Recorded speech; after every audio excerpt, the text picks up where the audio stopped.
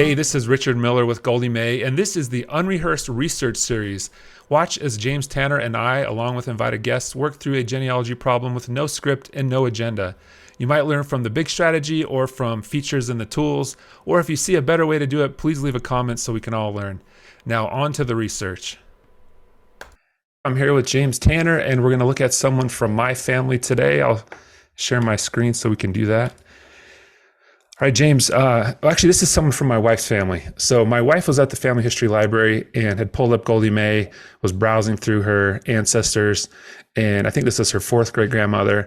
And she said, "Hey, Richard, the subway map shows a really strong zigzag pattern, and she knows that means that there's probably some anomaly in the data." And so she said, "Maybe you should look at this with James." And so I thought I'd bring this up. This is showing the childbirths of Ellen being back and forth between two places in Denmark. And so you get that zigzag pattern in the subway map.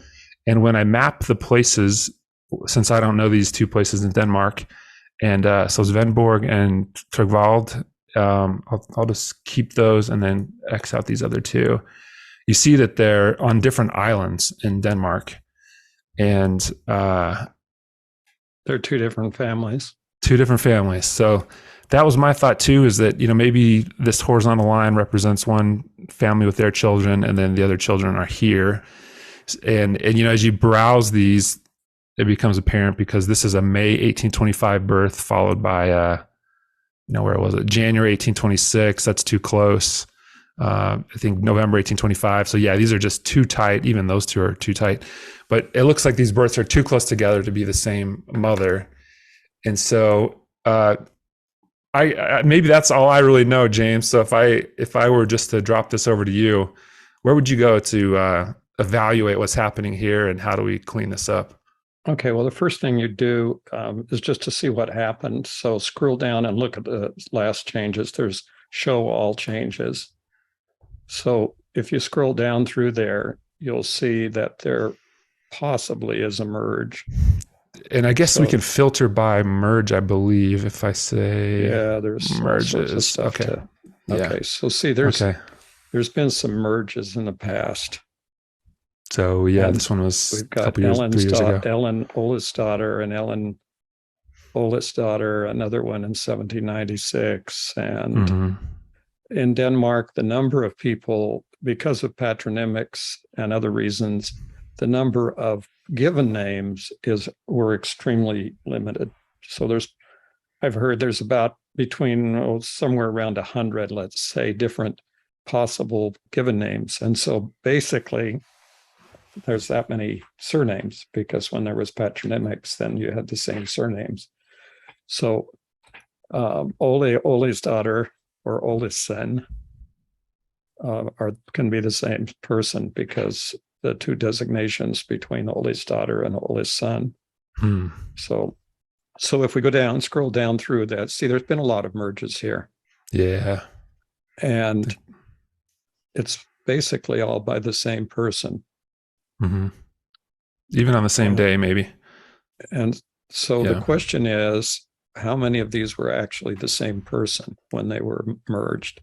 If you look at the last 3 letters on in their ID, you'll see that there's an SDG and an HFH and KYS. And so all of these are being merged into this SDG person that is designated Ellen, the oldest daughter. So the real first question would be, were all these the same people? So if you just start opening those up and looking at them. So we'll look at SDG first. Okay. That's the one. Yep. Okay. And then so let's try them, a couple of them at least. Let's start with the next one down, BZ2. I'll just command click these ones to open them. Yeah. And then there's BZ2. Okay. Okay. So if we can get those two, some way to open them up, let's just kind of look real quick. Yeah. And I guess once it's deleted, you just don't get as much detail, do you? I mean, you just get a few things. No, well, it merges the detail. And if there are children, it'll merge the children unless they match exactly. So you can end up with a whole bunch extra children this way. See, here there's very little. This is the alternative one. This is the BZ2 one, and you can see that there's only a birth date and a death date or christening dates, and then Tranderup Svenborg. So look at Ellen's daughter now, the original. We'll call her original. The original, yeah. And so look here's at her, original. yeah. And I can take this over to the side if that's helpful and just compare. That works. Yeah. And so now we're looking and see it's the same date, same place, but unfortunately in Denmark, that does not mean it's the same person. Okay. It's very possible it's not so likely if a person was born and died on the same day. But the problem is that if you find two people with the same name in the same parish, that isn't unusual. And you can have as many as 4 or 5 people with exactly the same name and the parents the same names who are all born on the same day. Okay. So the only true way to determine which person you actually have is to continue to do the research down to the house census and census records so that you can match up to see. Before you started merging people like this, you really are going to be you really need to go ahead and do the research on the potential merged person to see if that's actually somebody. So if you look up here on this Ellen's oldest daughter, the BZ2 person, another thing to look at is to go look at the sources. There's none. Okay. No sources. So we really don't know who this person is. And let's see if there's any children. It doesn't show a spouse. No children. Yeah. So we're basically. So maybe these. It sounds like this is one of the harder ones out of all the people that were merged with her. This would be a harder one to tell apart if it's really someone unique. Yeah, and because you don't have any way of knowing where this came from or who did this. I mean, you know who did it, but the question is, how do you know if this is the same person? In Denmark, you can't be assured that just because they have the same birth date. The reason why the christening date is the one that's going to be the actual one, and it may be on the christening date, on the christening record, there was a birth date. So that may be just the same one with a record that sort of matches. Okay. Is it worth looking at some of the other duplicates that were merged in? Yeah. Okay. Let's try pull those up. At least 1 or 2. And this is kind of the very basic thing that you need to do if you can't sort this out. So this one is MFG. MFG. I'll now open up JVK and H3T. We'll go over to those ones. Okay, so this one has no information and just a name, but there's also no children, no marriage. And I don't know, would we see the marriage, or does that? I think that gets moved over, doesn't it, to the new? Mm-hmm. So we wouldn't see it anyway if they had a marriage and children there? Maybe, no. Okay, so that's... this, once again, here's another one that has no information. Yeah. So we have a series of merges that, and these don't even have a place. They're just being merged because they have the same name. Yeah. And so there's no birth or death or anything. That's always a little bit dangerous to do because you never know what other relationships that the person is going to have within the. But okay, so it's a good guess. But if you're really just going through taking all the Ellen Olsons out there and making them into one them together, profile, guessing. So here's kind of an illustration of that. Go to record search. Just do a search to records. Mm-hmm.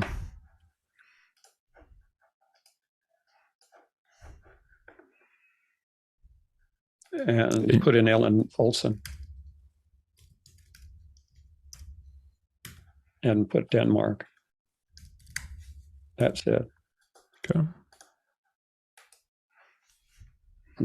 37,000. 37,000. I don't know if EN or ON is the more common one. I'll try ON. It's counting it. It's searching the same either way, huh? Yeah. Okay. So you're saying you have one chance in 37,000 that you actually merge the right 2 people. into this. Right. Yeah. So Complex. probably in order for it to be. Now, the other side of it, if you look over here on your original one, we'll go back to that. I think that's enough illustration on that issue. Okay. But if we look back here for possible duplicate, so let's just go. There's already another one here that's called Ellen Ola's daughter. And is that worth reviewing? Yes. Let's just look at it and go down through. We have Rasmus. We have Kristen Jensen, 1837. Including the same ID on both the father and the daughter. But it's got a second spouse. Does she have a second spouse? Meaning, I think these two Ellens are two spouses of the same husband. So if I go to Rasmus, let's see if that's true. Yeah, so Ellen, Ola's daughter, and the other one here. And they've got two Rasmus Jensens. Let's see if they're both. There's a duplicate.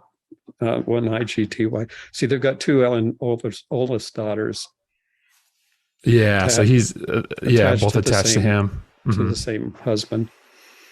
So I guess my issue here would be, before we can even start to make some sense out of the children, we have to sort out who this person really is. Okay. So which of the children is the direct line ancestor? For my wife, that is Jens Hansen Jensen, this fifth child here. Okay. That's not unusual for them to name the next child born after if a child dies, but we still want to check and see if what those are. Okay, so let's just run down real quick and see where all the children were born, and that's another very good exercise to do.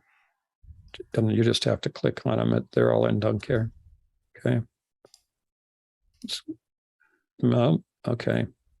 And this is where we start to get that zigzag that they're back and forth between Dunker and Magleby. Mm-hmm. Okay, let's put it on the map and see if we're really talking about the same place, or if we're talking about. Well, you already did. That was at the beginning. Now I remember. Yeah. Okay, so we're worlds apart. They in the 1700s, the chances of them being back and forth like that are 0 to 0. Mm-hmm. And so there's just the burden of proof here, if you wanted to get into that kind of language from the law, would be on the person saying that there's some way that these people could have done that. And the answer is there's probably no way to demonstrate that. Yeah, okay. You can't demonstrate that these people were in the same family, because how would the mother have moved? You know, the first rule of genealogy is when the baby was born, the mother was there. And so how did the mother move back and forth back in the 1700s? Yeah, back in she would have 1800s to have all over. Yeah. Yeah, I don't think so. Okay, the direct line ancestor was Jens Hansen Jensen in 1922, and he was born in Dunkirk. Let's look at his record, because that's going to be the key to sorting all this out. Okay, so you're saying we care about that direct line ancestor because if we're going to separate these into two families, we want to keep the one that's my wife's ancestor. Correct. Okay. Yes, definitely. That's the whole the idea. Purpose here. Okay. So now let's look at him, and now look, he's showing a residence in Magleby. Mm-hmm. So I think we have the same kind of problem here.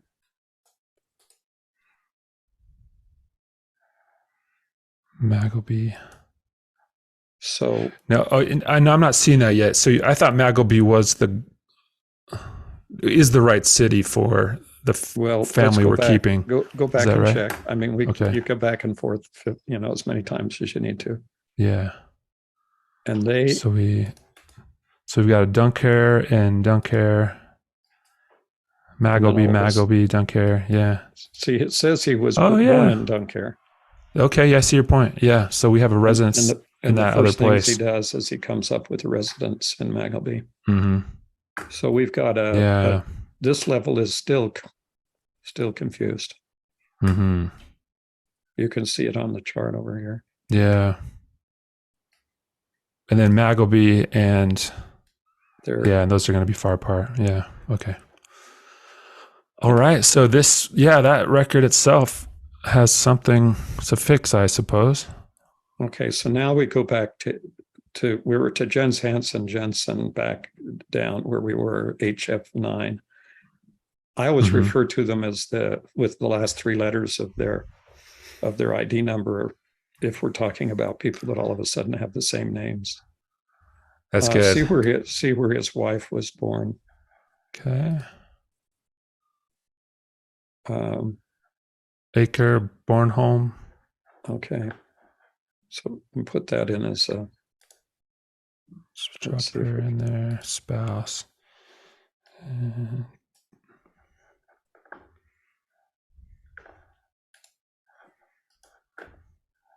so acre, we can map that, and I'll just drop out these other parts that we don't need. So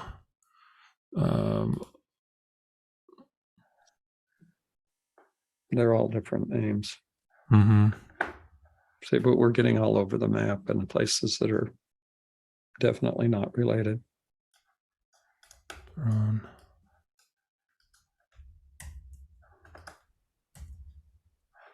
Yeah, I mean, if I try to just take this down a little bit, she's born in Bornholm. He's born in Svendborg. What if I map that? Let me see if these are. Let's take out Utah. Yeah, I mean, those can be farther apart in Denmark. Yeah. I mean, you can't get too much further apart. Yeah. And so there's some real questions here. The questions you've got to answer are where were these people originally and where did they come from? Mm-hmm. So let's look a little bit at Jens Hansen and see what is. And his parents are supposed to be Jens Hansen Jensen and Ellen Olofsdatter. Mm-hmm. So let's look and see his sources. He has 9 sources. There's a baptismal source. This was an IGI source. Now, the IGI is the International Genealogical Index, and it's a record used back. It was at the time there were records that were called extracted records, meaning they went through and simply pulled out the births, the marriages, and the deaths. Actually, births, marriages, and burials, not deaths. So this is a birth record. And it wasn't ever done by anybody. It was just extracted from a list of people. Nobody actually knew who this person was or anything. So it says, is it true that the early IGI records are often duplicative in the tree? You see, oh yeah, definitely. If all the siblings had birth records, and so they have all these multiple versions of the father and mother because of that. Well, that's part of it, and the other part is that they were put in to this and created when the family tree was originally created, clear back with the new.familysearch.org program, the predecessor program. They were just automatically put in. They were just dumped in. They didn't sort them out or anything. I think it's good to know that history a little bit. So then later, the computer program went through and said, oh, well, let's put all these people together. So they did. And so that's what it's called when it says that it was used to create this person, and then that person was put in the family by the computer. It's possible, and they're fairly reliable. But on the other hand, people don't look at that closely. So he's born in Bore, Presto, Denmark, and it says the original place is Magleby. So he's not listed in that family as being born where this record says he was born. So let's see if there's another. Define that original. What does that mean, original? That's what it was called. Okay. And kind of the standardized version of Magleby now is that Bora Presto. Perhaps. Okay. Yeah. Okay. If we did that, we would have to go out and look up Bora Presto. Maybe I should, and do that kind of effort. All of this is just absolutely necessary. It seems like it's very tedious. But it's just absolutely necessary seems good to see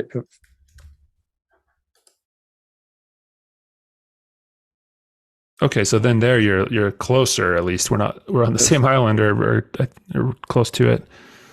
It's not the same place. Yeah.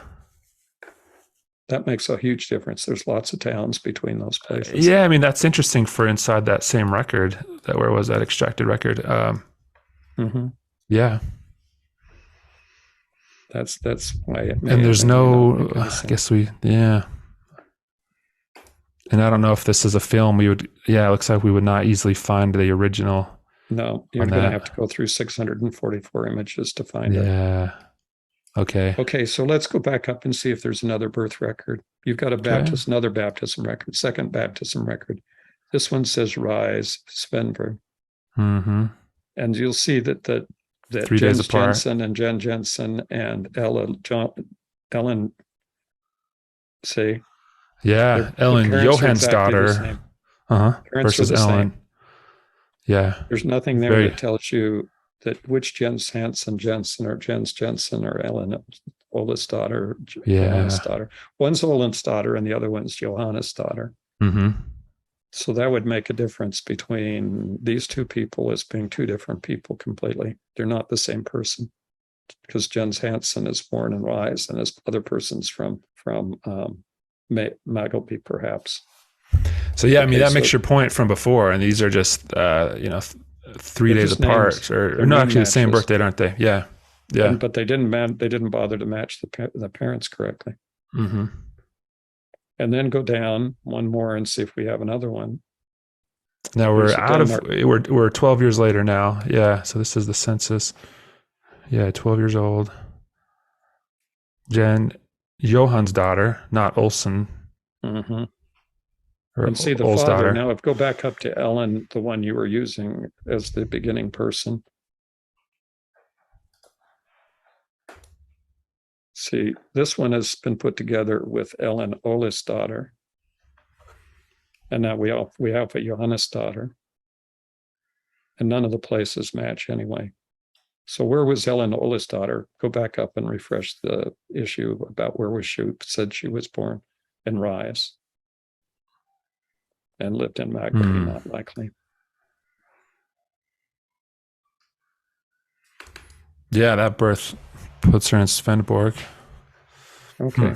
So here's the strategy that you use with Danish records. Before you even have to get into all this question, you have to go back down the line, until you get to that first person you can identify by place that you know was an ancestor that has a child-parent relationship. I mean, I think that would be Charles Peter Johnson. I mean, that's where it's really sure, right? He was buried in Provo. I think this is my wife's great-grandfather. Okay, so let's look. And so that's a really steady one, right? That's a really sure one. Who did he say was his parents? So let's look in sources. So let's go up to the top. It says Danish church records. Okay. He says he was born, that his father's name was Peter Hansen. Mm-hmm. His mother's name was Cecile Christian. And, I mean, and funny enough, that that record is for a Hansen instead of a Johnson. Well, okay, Hansen. So this is in 1846. The issue that happened in Denmark around that period of time, it didn't happen with the birth records, but it happened with people.